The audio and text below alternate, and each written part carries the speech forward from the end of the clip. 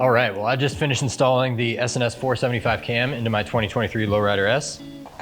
The last thing I need to do is throw in a tune, and that is definitely a necessary part of the cam upgrade.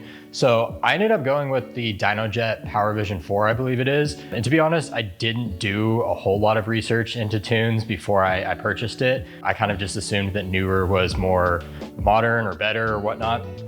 I think from what I did see, I actually believe the PowerVision 3 might have more maps straight from Dynojet, but it looks like it should work no problem. So I'm gonna get that thrown onto the bike here in just a minute.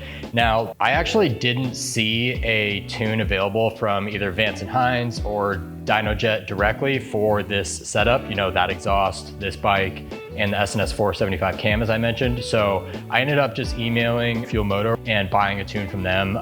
I told them what, system I'm running, and it was like $100. So in hindsight, maybe I would have bought the tuner from them directly, because I know if you do that, then they'll send you, I don't know if it's an indefinite number of tunes at no additional charge, but you are bought into their tuning or mapping program at that point. And because I bought the tuner through Revzilla, not through Fuel Moto, I ended up having to just, pay the extra $100 for the buy-in. So kind of wish I would have known that ahead of time, but at the end of the day, it's only $100 and it shouldn't stop me from moving forward at this point. So we'll get our tuner opened up. So there's not much to the tuner. That's pretty much it, because once you get it, married to your bike, you kind of do all of the tuner installation just from the app on your phone, I believe. So that was one cool thing, that buying the mapping for my bike setup through Fuel Moto, they were able to just email the tune straight into my Dynovision account, I believe. So as soon as I get that pulled up, it should be available in my list of tunes.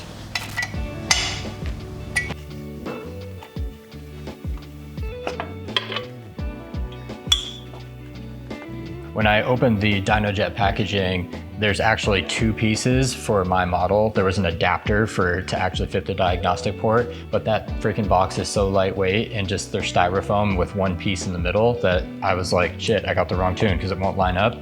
Dug through the box a little bit further, and on the very bottom, there's another adapter piece. So.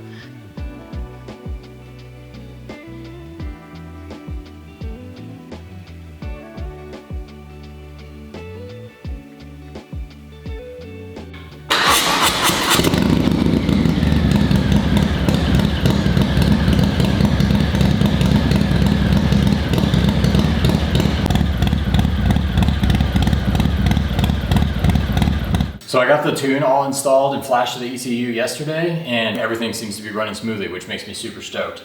I did save my stock tune, if you will, or stock settings onto my Dynovision app as well, in case I ever need to reverse things for any reason. I never ended up tuning my bike when I did the exhaust, just because from what I read, my Lowrider S already came with the heavy breather intake, and it's usually once you do an intake and an exhaust that you should do the stage 1 tune. But if you're doing just one of those rather than both of them, then you can kind of get away without it. And I never noticed it really running that much differently from just adding an exhaust system. But I'm really stoked. It seems to be running nice and smooth. The idling and stuff like that seems pretty normal with the addition of the new cam lobe sound.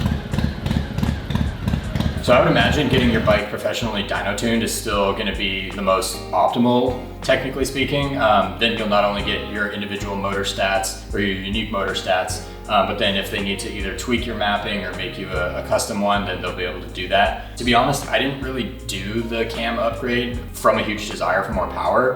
And I know that's kind of blasphemy to say, but I just really wanted more of that, kind of quintessential Harley sound, and the low, the thumpiness that you get from a cam just makes your exhaust sound louder and way more bitchin'. So I don't really plan to have my bike dyno tuned. I think it would be kind of cool. The guys that helped me get the bolt done over at CyclePath, they're a certified tuner with Dynojet. So maybe when I do feel like I have some more money burning a hole in my pocket, I'll get it dyno just for the heck of seeing what comes out the other side. But I am pretty excited to see how the cam really wakes things up.